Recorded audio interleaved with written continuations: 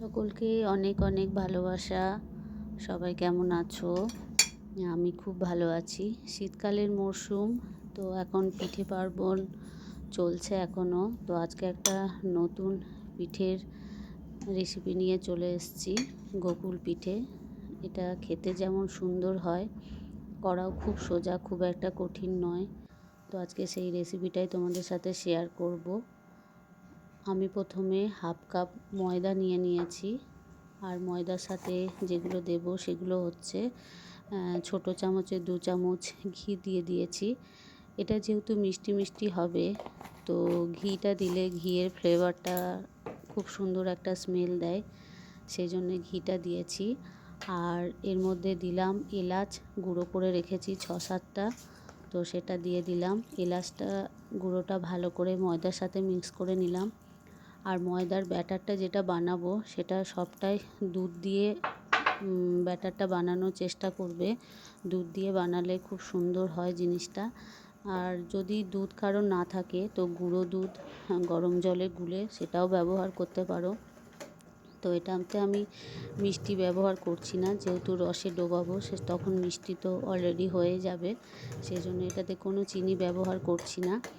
ভালো করে এটা মিক্স করে নিতে হবে, ময়দাটা, এলাচ আর ঘিটা। সুন্দর করে ব্যাটারটা তৈরি করতে হবে। ব্যাটারটা যেন পাতলাও না হয় আর খুব মোটাও যেন না হয়। আমার ব্যাটারটা দেখো খুব সুন্দর হয়েছে, খুব মোটাও হয়নি, খুব পাতলাও হয়নি। এদিকে আবার রসের জন্য কড়াইয়ে জল বসিয়ে দিয়েছি, আর এখানে হাফ কাপ চিনি দিয়েছি।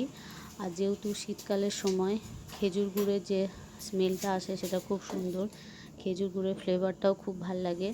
তো খেজুর গুড়ের পাটালি, হাফ পাটালি আমি দিয়ে দিয়েছি।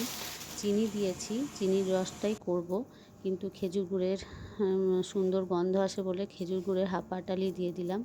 এদিকে নারকোলের যে পুরটা বানিয়েছি, নারকোল আর খোয়া ক্ষীর আর খেজুরের গুড় দিয়ে আমি একটা মিক্স করে, যেটা পুর ভরা যে পিঠেটা হয় সেটার মতনই এটাকে বানিয়ে নিয়েছি, খেজুর গুড়, নারকোল আর খোয়া দিয়ে। তো ওটাকে চ্যাপটা চ্যাপটা করে নিলাম। এদিকে তেল বসিয়ে দিয়েছি। ব্যাটারের মধ্যে ওই যেগুলো নারকোলের যেটা চ্যাপটা চ্যাপটা করে রেখেছি, নারকোল আর খোয়ার যে চ্যাপটা চ্যাপটা করে রেখেছি, সেটাই ওই ময়দার ব্যাটারের মধ্যে ডুবিয়ে ডুবিয়ে চামচে করে একটা একটা করে ভেজে নেব। খুব একটা কিন্তু এটা লাল করে ভাজবে না, খুব শক্ত হয়ে যাবে তাহলে, যেহেতু ময়দার ব্যাটার। তো হালকা লাল করে ভাজবে যাতে রসটা সুন্দর ঢোকে। আবার বেশি নরম থাকলেও কিন্তু রসের মধ্যে ভেঙে যাওয়ার চান্স থাকে, সেই জন্য হালকা হালকা করেই ভাজতে হবে। এই দেখো আমি নারকোলের যে বড়ার মতো করে চ্যাপটা চ্যাপটা করে রেখেছি সেগুলো ব্যাটারের মধ্যে ডুবিয়ে ডুবিয়ে চামচে করে দিয়ে দিচ্ছি। হালকা লাল করে ভেজে নিয়েছি। এবারে গ্যাসটা কিন্তু একদম মিডিয়াম ফ্লেমে রাখবে, হাই ফ্লেমে করে দিও না, তাহলে ময়দা তো পুড়ে যাওয়ার চান্স থাকবে। পুড়ে গেলে দেখতে একটু কালো কালো হয়ে যাবে, ভালো লাগবে না। গোকুল পিঠে খেতে খুব সুন্দর হয়, শুধু যদি খোয়া দিয়ে বানানো হয় তো খুব সুন্দর হয়। তো আমি এর সাথে খোয়াটা অত বেশি নেই, নারকোল মিক্স করেছি আর খেজুরের গুড় দিয়ে পুরটাকে বানিয়েছি, গোকুল পিঠের পুরটা।